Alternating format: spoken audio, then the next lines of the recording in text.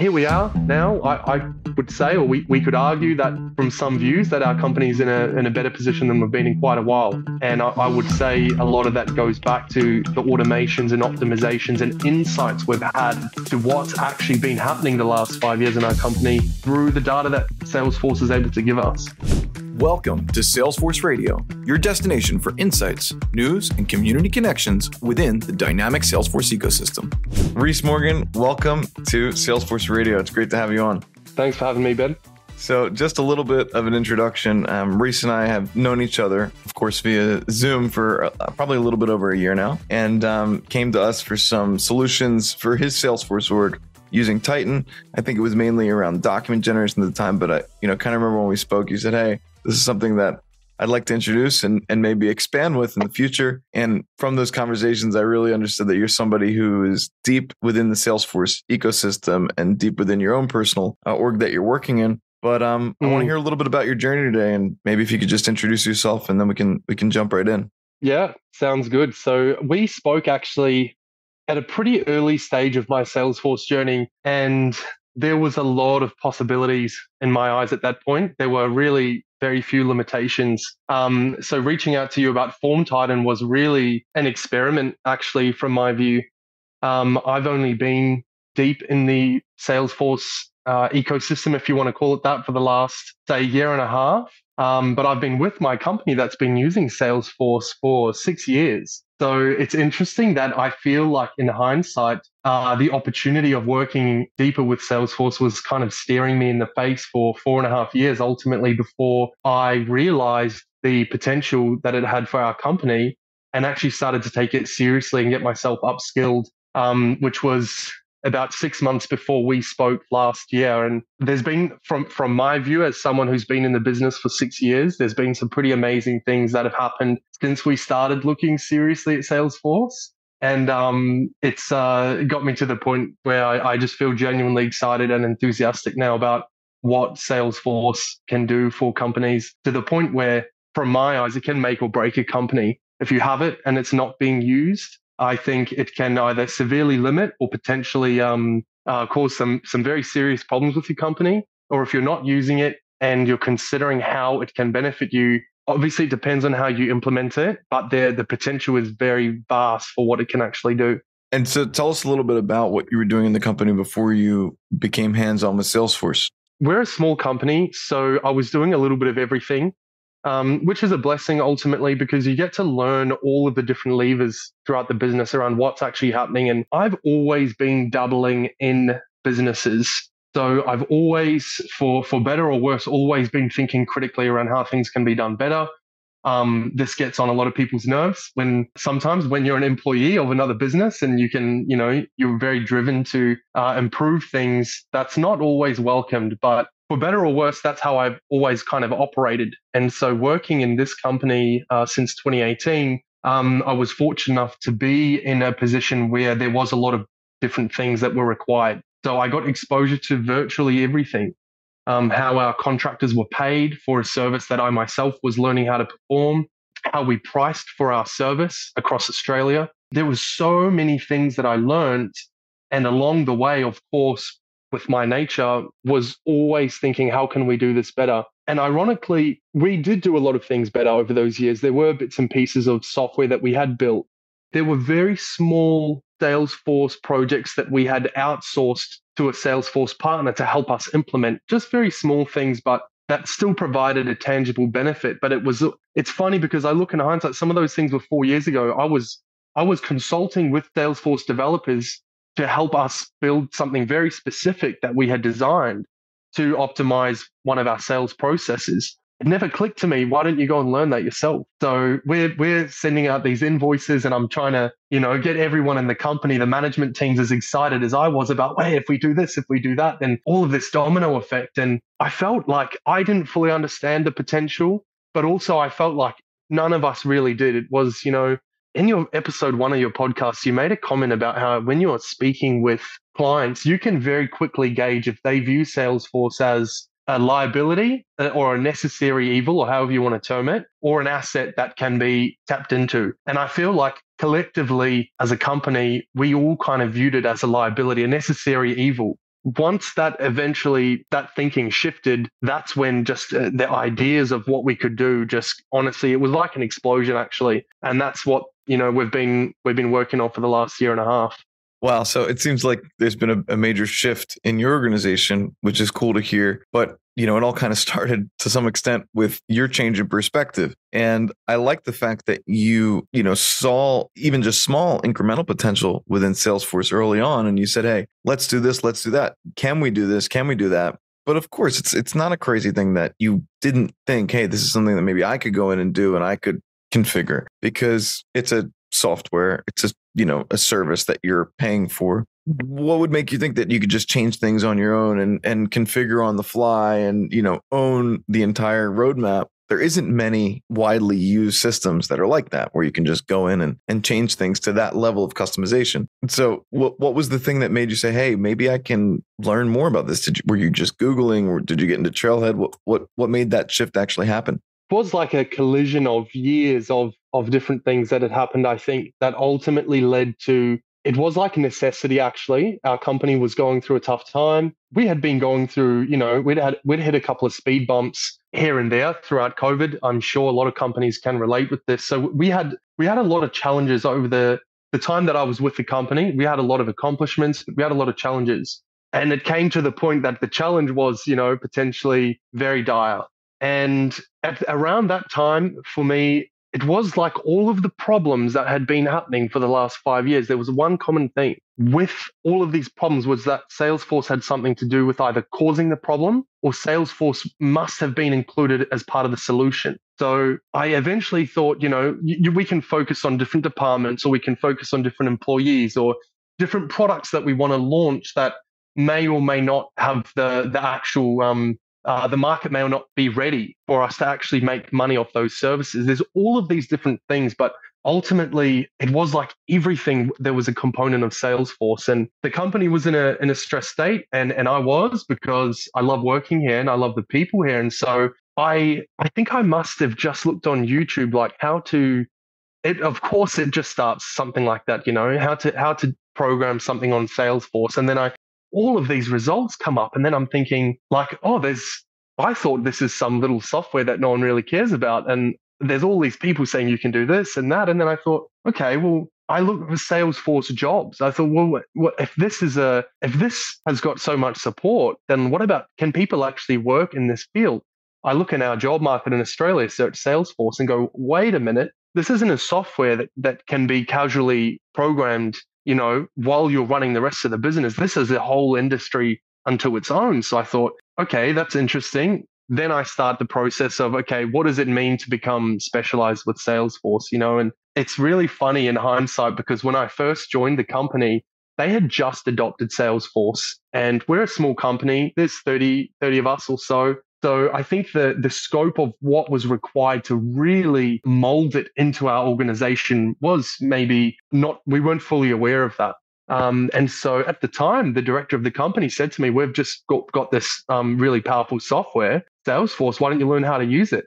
And my thinking was, why do I want to learn how to use that? I could be going out making money for the company. And like my thinking was so disconnected in hindsight, because I thought this is boring admin background work that's akin to resetting the staff's password as an IT support team. That's, in my eyes, was just completely misrepresenting what it actually meant. Now I think I don't want to do anything else, because I want to make money for the company by programming Salesforce. It's almost as opposite. And it took 5 years for my mind to really fully see that, 4 or 5 years. And here we are now. I would say, or we could argue that from some views, that our company is in a better position than we've been in quite a while. And I would say a lot of that goes back to the automations and optimizations and insights we've had to what's actually been happening the last 5 years in our company through the data that Salesforce is able to give us. That's a really, really cool story. And I think that there's probably a lot of people who can relate to it. And obviously there's always the, discussion of the accidental admin. And it sounds like you're a little bit more than an accidental admin at this point. Accidental admin, a business analyst, and probably a lot more. Before this job that you've had now for 6 years, were you ever interested in the IT side and the data analyst side of things, programming? Was that something that ever was interesting to you? Definitely. More on what would you say, on more of a cursory way. I always loved technology, hacking game consoles at 12 or 14, things like that. I was never a real techie guy though.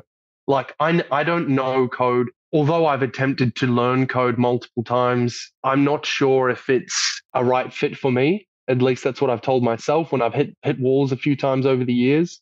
So I love the idea of it all, but I've never been deeply immersed in actually IT stuff. Although I had built websites and tried internet businesses and other things that kind of, I guess, made learning Salesforce and going a bit deeper into it not that far of a step from where was already comfortable behind a computer screen.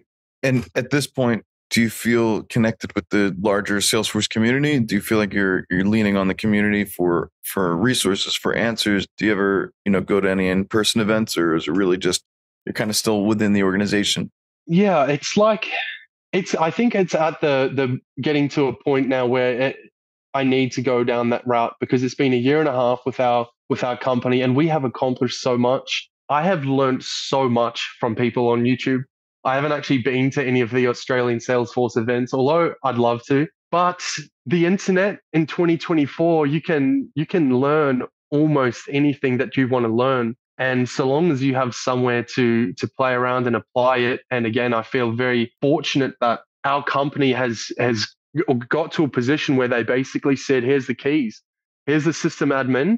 Go and do something useful. I was able to learn in real time and surprise myself actually with what Salesforce is able to do, or what I was able to do in Salesforce in a short amount of time. But we're a fully remote company. I almost feel like you can live your life behind a computer screen at the moment, I hear that. Yep. I feel the same way.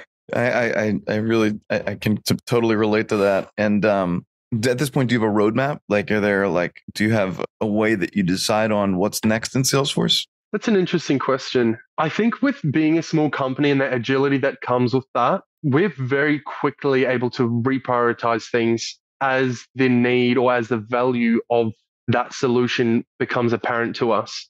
And so I have a long list of projects that we want to do. And I have things that I would say, you could say are in like alpha stage of like features, quite powerful features that I had started building immediately last year, which have then made their way down the list, because from a financial or from a profitability point of view, we look at the company and we look at how much is this going to actually affect the bottom line. It's like, yeah, of course, the guys are going to love it.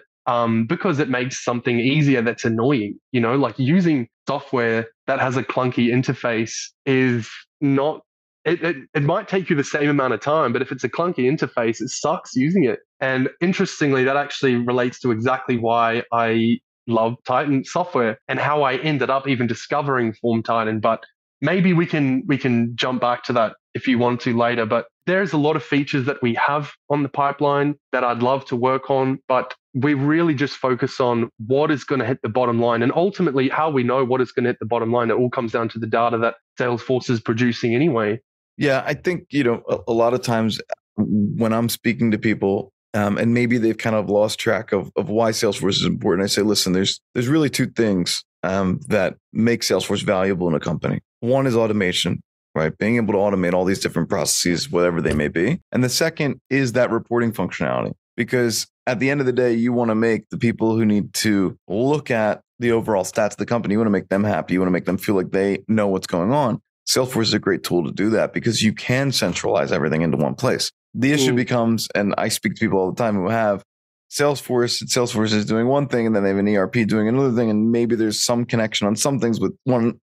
You lose sight, right? And Salesforce is always saying, your 360 view of your customer, but it takes really the organization itself to invest in Salesforce to be able to make Salesforce the 360 view of the business. And as you get towards that, that's when you start to see really the most value. And I assume probably when, what was the catalyst in the beginning? I mean, if you could speak to this for your organization to take Salesforce, was it because someone just told them, hey, you need the software? Was it for sales? Was it for support? What was the thing that did it?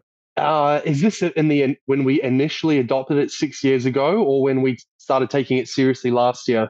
6 years ago. Like, what was the initial reason for you pursuing it? Good question. It was before I came along, but I'd hazard a guess that it's because it was known to be an elite quality software, a global standard CRM software. That on its own is attractive without knowing all of the ins and outs. And I think knowing that there were catered solutions out there to our needs was attractive as well, because we're like, oh, that's designed exactly for our type of business. But it's like wanting a house and knowing that wood is designed to build a house and then just going out and buying a pile of wood. That doesn't equal a house. And it's like, to make Salesforce work extremely well with our organization, as you know, and as it seems to be a theme with a lot of companies that go through the adoption of Salesforce, is it does take a lot of work. And I would argue it's unequivocally worth it, but it's not a few clicks, or it's not a few weeks of hiring a partner to do one project. It's like constantly every department can get more and more and more intertwined. And the more that the data gets intertwined, the more that you can optimize it and make it profitable. And I guess I see it as a never-ending project of optimizing and growing the company by just refining and reiterating all of the things that we build in Salesforce. I think that's a big answer to your question, but it's a great answer. No, and I think that, the big difference and the difference in mindset, right, is the organizations who eventually realize, oh, this is a never-ending project that we should keep investing in and it will have returns, as opposed to plenty of organizations, especially when they're first just going out and implementing, they think, okay, we're implementing on this date, and then, maybe we're going to implement something else on this other date. But it's like they think that, I asked you before with the roadmap, they think that the roadmap, it ends, or that it's, a phased implementation of something that's got an endpoint. And as a business grows, the idea is that you can do more. So, I think that your mindset's correct for what the potential of Salesforce really offers. But sometimes, as the Salesforce admin or the accidental admin, it's not easy to get the higher ups, on the same page with that vision, because it's difficult. It means more money, it means more time, it means more resources over a long period of time. And you have to be able to show the return. So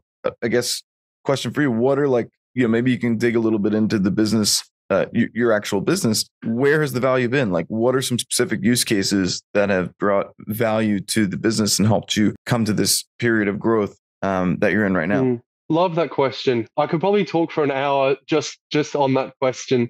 I feel like a lot of the benefits can be seen, like, to talk to your point around trying to sell the higher ups around whether or not it's worthwhile to invest money into all of these different things. It's an interesting one, because I feel like the staff that are using the systems all day, every day, can see the immediate benefit of potential proposal of doing something. 8 hours a day, 40 hours a week working in the system, to make a little change here or there can immediately save each person an hour. And being the person that's doing this repetitive clicking and just minor inconveniences, like, we've probably made 1,000 little changes aside from 10 major projects. For me, all those 1,000 little changes are as important. But that's not as easy to convince a manager of, for example, if there is a new product that you want to launch as a physical service.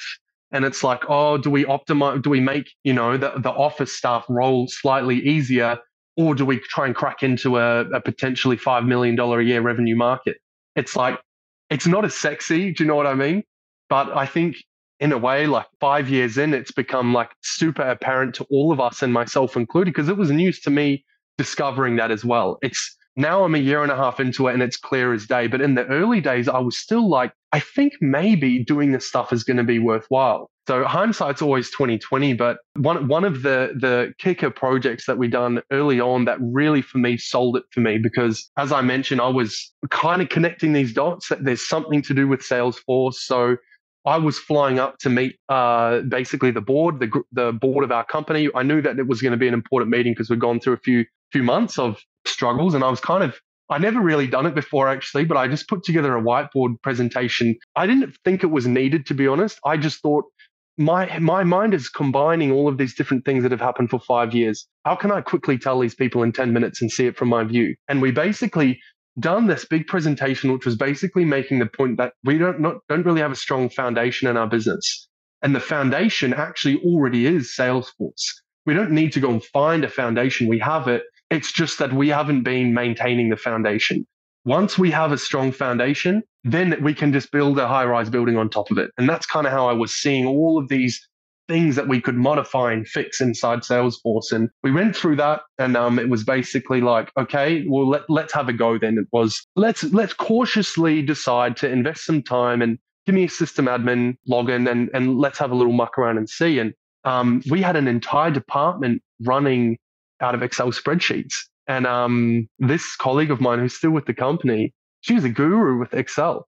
And so we actually learned over years, we learned a lot of powerful stuff inside Excel so that she could manage her department of, say, 10 people, all of these formulas and graphs and things so that we could, figure out how to run a department well. And so early on with Salesforce, I thought we need her data in the system, because the data from her department will tell us how we need to optimize the other department that literally it must have that data. There is no other option. And as long as her data isn't in Salesforce and connecting with 15 other things, we'll never have accurate data. So we must get it in Salesforce. I had no idea how to do this, but I reached out to a third-party company, and I thought, okay, now while I'm learning Salesforce, maybe I can manage a project for this company to implement this project for us. They gave us a 5-figure quote. I knew that it will never get approved. And I thought, well, it's midnight. I finished studying. I was just studying Salesforce. I thought maybe I can just open a sandbox org and start in my head what I think might solve this problem by transferring a department from Excel into Salesforce. 1 month later, the project was complete, and we had an ad up to hire an administrator for that department whose job ultimately, in hindsight, the job was copying and pasting data around Salesforce and Excel and making sure the formulas didn't break and all sorts. So we had an ad up, and we go, wait a minute, we actually don't need to hire this administrator anymore for that department, because all of what we've done in Salesforce kind of accidentally has made it so much more efficient to manage that one person she was stressed about needing this other person that we were struggling to find. We thought we can take the ad down now without hiring that person. And we still have never replaced that role. And if we do, it will be because our revenue's doubled and we need more managers. And I guess for me, that was just a huge realization of the automation power of Salesforce that is not obvious when you start doing it. I didn't know we'd automate then, but the rest after that, you go back to a management team and say, hey, by the way, that ad that you're actively waiting to interview for, you can take that down because we've automated from the Salesforce. It's not a very hard sell from there to get everyone on board. I love that. I love that story. And a few things that you touched on, which I really appreciate. First one being, sorry, a while ago you said it, but the idea that oftentimes there is efficiency that can be, worked on within an organization, which could be like a new product, right? You could start sitting around and start figuring out a new product or service and hiring new people and getting an expert and doing research and all this stuff. And then finally go to market to find that, okay, it's the product's okay. We're doing, maybe it's a new stream of revenue, but rather you're doing something that, as you said, is less sexy, going into the efficiencies of admin work and finding, hey, this is actually just tightening up this one process, just working with these people who are in Excel who now are about to hire another person. That's revenue right there. That efficiency is revenue. It's saving people time. It's going to allow the company to have more money. And then eventually when you want to go and start that new service or that new product, well, now you've got a better foundation. There's a lot more that you can do with that. It's going to be much easier to make that happen rather than just changing directions all the time. And I think it's a really cool thing that you were able to just go and figure out, hey, maybe this can happen in Salesforce. Even went to a partner, didn't, and then did it. And I think as I once saw in a video from David Liu, maybe you've also seen this, what is Salesforce? And he explains how Salesforce is basically just taking Excel and putting it into a much bigger, database. So when you think about it that way, like what you did was perfectly sound, and it then all is in one place and it's all reportable, and we can have all those automations running on it, which is what makes it just the solution that it is today. Absolutely. Yeah. It's, I feel like it can't be overstated, the impact that it can have. And at this point, we're a year and a half in of having ticked off a lot of these major projects that we didn't even know that we'd be able to do. And now we're seeing even bigger opportunities. And now we're at an interesting stage where I feel like we're like talking about sexy versus not sexy, right? I had this thought before that kind of is how I feel like what working in Salesforce a lot of the time really is. And it's like, we're like polishing the joints and the underbelly of the engine and oiling those pistons that no one even sees that's in the car that is going to get you from where you are to your end destination. It's like, it's more fun to paint the car or to get new wheels, or to make put some air freshener inside and make it feel like the car's in very good condition. But actually the engine is where everything is gonna actually make whether or not that car's worthwhile. And we are in a position now where I think that we have built quite a strong foundation. Almost every aspect of our business is being integrated into Salesforce, either has been or is halfway there. And now I don't think we could have ever scaled our business to 5 times the revenue without sorting out Salesforce. And in one way, we haven't had a massive jump in revenue from what we've done, but the amount of cost cutting that we've done has like tenfolded the profitability, which for now, that's all that matters when your company's in dire straits, is that obviously there is some profit left, even if the revenue hasn't actually shifted. And I think now the next learning curve for the company will be how to scale everything in Salesforce so that we can cope with 5-10 times the volume. And it's stressful. When you Sure. first accomplish a big project, you're almost like, now we can all start to relax because this problem that's been, aching us for years is finally being solved. It's actually funny. It's not at all. You just move on to the next problem, and the next problem is bigger and more meaningful and more impactful.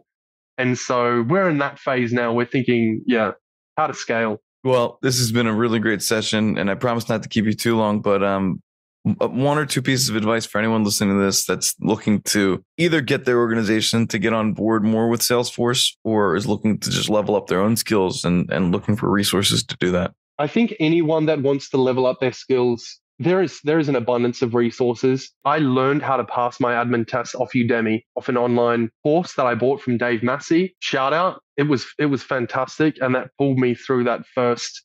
It was actually really difficult. I failed a couple of times, eventually passed. But in terms of getting the organization on board, it's a challenging one. I feel like it's going to require boldness. If anyone wants Salesforce to be acknowledged in an organization where it's not being acknowledged, you're going to have to risk maybe even humiliating yourself. If you really want to drive it home, like you can always at the water cooler, be like, hey, we should do this. It's not going to land. I think for a significant shift to take place, I feel like you're going to have to put your own work on the line. You're going to have to put yourself in a position where you might fail. But I think there's enough training resources out there where you won't, So I think boldness, it's a risk in life, but I think it is rewarded as well. Be bold, have a go. One last thing on that note is that Please. In that board meeting, no one expected me to have anything to say because I hadn't had anything to say, up until that point. Not really. I requested actually to have the time to talk about this because I thought it was that important. And it could have worked out wrong in a different company in a different time. It wouldn't have worked out, but it did. So I think boldness is always going to be worthwhile. Rhys Morgan, thanks for joining us on Salesforce Radio. It's been a pleasure, and looking forward to catching up again at a later point and hearing some of the new features and new developments in your organization. Ben, thank you for inviting me on. It was a lot of fun. We'll talk soon. Thank you for tuning into this episode of Salesforce Radio. Don't forget to subscribe for more exciting discussions, expert tips, and exclusive interviews with industry leaders. Stay connected with Titan, plus the power of the planet's leading CRM. See you next time.